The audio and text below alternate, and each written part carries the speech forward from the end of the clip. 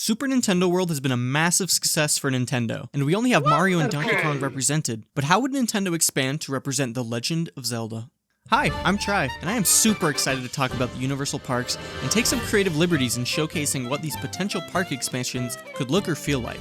This new video series will go over a new Nintendo IP each video and take a look at what rides, attractions, or even restaurants could appear, and who knows, maybe Nintendo is listening and might actually use some of these ideas. Also, disclaimer, I know that if pretty much everything I mentioned were to actually be created, there would not be nearly enough real estate to fit everything in. This is more for fun and to just spitball ideas to make a fun and cohesive park expansion. So if I have like 4 rides or something that would be way too ambitious, just roll with it. To start, what will the park choose as its game to represent the area? I don't think there will be any way to do the Legend of Zelda series justice without a blend. So I don't think this will be as cohesive as the Donkey Kong Country area, which looks like the series. We're gonna have to get creative, because I believe most mainline Zelda games should be represented here. So where do we start? How about the central hub? I think a castle town could be a great opportunity to centralize the park and have it split off into different sections, or even contain most of the shopping within it. This doesn't have to be a straight rip of Ocarina of Time's castle town, but just one that feels like a Zelda game. And the first building I want to talk about is a shop. I think the biggest building in this hub should be the clock tower from Majora's Mask. I also think it's perfect because it could kind of help people find their way back to the center of this land, akin to Disneyland's Matterhorn. And on the hour, every hour, we could hear the bell chimes. Hopefully this doesn't stress out guests and make them think they need to complete their shopping before everything comes crashing down. Obviously, this shop will have Zelda merch from across the series, but also power-up bands to represent Link, Zelda, and Ganondorf. Don't forget your Tingle popcorn buckets while you're in here, you're gonna need it. I also think it would be fun if Beetle had his own section in the store. Maybe it could be a cool animatronic in the corner, he could have his massive Beetle backpack set up beside him or something, but I would love to hear him yell at us to buy things. Thank you! I think in the center of this castle town should be the fountain from Twilight Princess's Central Square. If you walk close to it, I think it would be a fun nod to hear the fairy fountain theme. Beyond Castletown, we should have different areas to represent different games, and I want to start this off with Skyward Sword. I think this should be fairly close to the center area, and I've got 2 great ideas for what we could do with this game. The first is not my idea, but my younger brother's, and I just think it's so perfect. We want to make sure this land has a variety of rides, and people love their Dumbo rides or ones similar to it. So his idea was to have guests ride Loftwings, and it's just the perfect fit. Can you imagine picking a Loftwing with the color of your choice and taking flight to the wonderful flying theme from Skyward Sword? Oh, it's perfect. Obviously, your announcer that would tell you to fasten your seatbelts or the safety message would be none other than Groose. Maybe while he's talking, you could hear his theme in the background. I also think the center platform should be a small replica of Skyloft, so it feels like you're soaring above it. Great idea, little brother. You nailed it. Now, I thought for a long time about the food Zelda Land, or whatever it would be called, could have, and I thought of Telma's Bar, which kind of feels weird for a family park, or the Milk Bar from Majora's Mask, but that would also be weird. So, enter Pumpkin Landing from Skyward Sword. I don't think it has to be purely pumpkin dishes, but this would be a great theme for a restaurant in the Zelda series. I think you could take a couple popular dishes from series past, probably some delicious Breath of the Wild food, and you're set. Okay, for the next game series area, we have Ocarina of Time. I want Ocarina of Time to have the greatest ride in this park. I'm talking Rise of the Resistance from Galaxy's Edge level of peak ride experience here. And what better way to accomplish this than using arguably the best game in the series, Ocarina of Time. The area leading up to the ride should also be themed, since the queue will probably be long enough to wait through. I think the line you are waiting in should be where you start the game, Kokiri Forest. You walk through the line with the different tree homes around you and music from the games. The entrance to where you actually board the ride vehicle is the Deku Tree's mouth. The Deku Tree would also be a big iconic landmark that would draw people towards this ride. As for the name of the ride, A Journey Through Time. That's a hint too. This will feel a lot like Rise of the Resistance in terms of set pieces within the ride and the scale. You start with the Deku Tree explaining to you that you need to help Link stop Ganondorf from taking over Hyrule, and to do this you must gather the 3 spiritual stones to gain access to the Temple of Time, which will let Link access the Master Sword, or the Blade of Evil's Bane. Zelda will also be accompanying you on this ride, and you will be able to hear her voice in your ride vehicle throughout the duration of this ride. Also, because this is a ride, we kind of have to skip some things or shorten things from the game. You are given the first stone immediately from the Great Deku Tree, and then travel through some amazing areas including Lord Jabu Jabu's mouth. Think the storybook whale in Disneyland, and you'll see Link and Princess Ruto there. You'll collect the second stone, and then go to Death Mountain, where you will grab the final stone. You then travel to Castletown, where there are singing and dancing and people just having a great time. You then travel up to the Temple of Time. Zelda tells you to place the Spirit Stones, and you end up going to the second room, where the Master Sword is laying. You see Link pull it, and this is kind of the climax of the ride.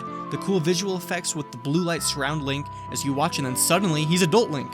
This whole time, the room is turning without you even realizing it. You go out the Temple of Time to see the decrepit castle town that we were all so shaken by when we experienced it in the game. The idea is that this is actually a separate room, but we're tricking the ride enjoyers into thinking they went out the same way. Zelda sounds older and instructs us that we must help Link take down Ganondorf with the power of the Master Sword and aid Link in making his way there. We go through the glowing rainbow bridge and up the castle. The closer we get, the louder the organ music gets, and we see Ganondorf there playing. We keep moving through this amazing room to see the fight between Link and Ganondorf. They play Magic Pong, and we transition into the final battle scene where it shows Link slaying him with the Master Sword. The final room of this ride is similar to the end credits where we see the Hyrule habitants enjoy each other's company while triumphant Zelda music plays. At the end of the celebration will be Zelda sending Link back in time, and also us as ride attendees back in time. She thanks us for helping Link, and we arrive back in the Kokiri Forest where we started. Whew, that was a lot. I really wanted to get that in this video because I've been thinking about a large-scale ride to represent Zelda, and I just think this would be so perfect. I tried to condense the story as best as I could, and there's still a good chance that the scope of this hypothetical ride is way too big for what could actually be accomplished, but I can dream. The last area has to be based off Breath of the Wild or Tears of the Kingdom. It's the big Zelda moneymaker, and I love both of these games. But I want to let my friend Abram over at Backlog Banter take over and share some of his ideas for what a Breath of the Wild section could bring to this new themed land. Take it away, Abram. Ow. Thank you so much for having me. It's a real honor to be included in this video as I'm a massive fan of Super Nintendo World. For summer seats, I went to Super Nintendo World's opening weekend in Hollywood, and I'm already planning my trip to the Donkey Kong Country expansion in Orlando's Epic Universe Park. What I love about Nintendo's theme park philosophy is that it centralizes play through the power-up bands, which let you interact with, essentially, many attractions around the park. These, in conjunction with the amazing rides and production design, feel like they truly surprise and delight per the company's motto. So, for my section here about Breath of the Wild and Tears of the Kingdom, I want to focus on these interactive elements. But a little context first. For those who haven't been, in Super Nintendo World you can use your power-up band around the park to do everything from collecting coins and question mark boxes to playing mini-games with your topple animatronic Goombas. These are all simple, yes, but they engage you more closely with the park's design and keep you busy while waiting for your turn at the e-ticket attractions and restaurants. Better yet, when you complete enough of these marquee power-up band activities, each granting you a key tied to your profile in the Super Nintendo World phone app, you gain access to an exclusive area themed around Bowser Jr. So all those little digressions add up to something really special. And Donkey Kong Country, although I've not been there yet, seems to have even more exciting power-up band interactions, like playing the DK bongos to make Rambi appear. I can't wait to experience all of those, and the assumed secret area for myself. So in the context of Zelda, what could these look like? Well, I could see a little activity where you go up to one of Link's cooking pots and tap your power-up band on 2 out of 3 ingredients to combine into a delicious meal, avoiding a third, something like a Hinox toenail. You don't want to make dubious food after all. The cooking pot could then be rigged with animatronic elements to dance around, tossing ingredients in the pot like the in-game animation, with the accompanying music of course.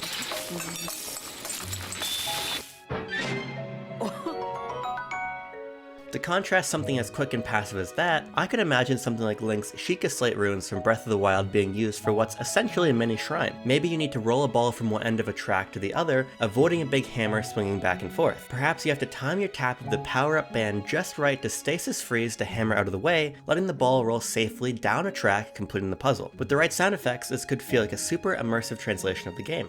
Once you've done all the challenges around the park, perhaps you could unlock a little underground area themed like Tears of the Kingdom's depths.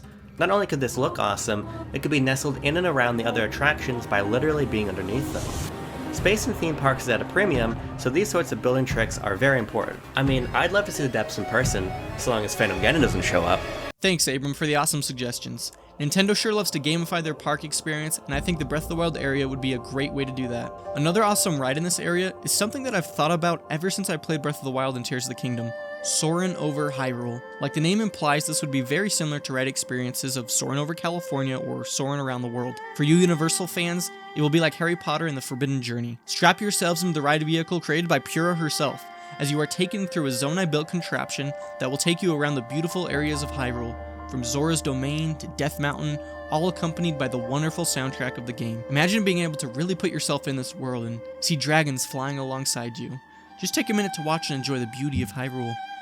So there you have it, my dream for a potential Legend of Zelda Park expansion to Super Nintendo World. This was such a blast to create, and so has my channel in general. We're knocking on the door of 1,000 subscribers, and it's been such a ride. Again, I want this to become a series, so let me know in the comments what rides or attractions you'd want added to a Zelda land, but also what series you want me to cover next. This could literally be anything from Pokemon to Metroid. Thanks again to Abram from Backlog Banter for being willing to share some of his great ideas. Check out his and Tucker's channel by following the link in the description down below. I also worked really hard on my last Pokemon video and my Switch 2 videos, so if either of those topics interest you, be sure to check those out as well. And as always, thank you for all your support!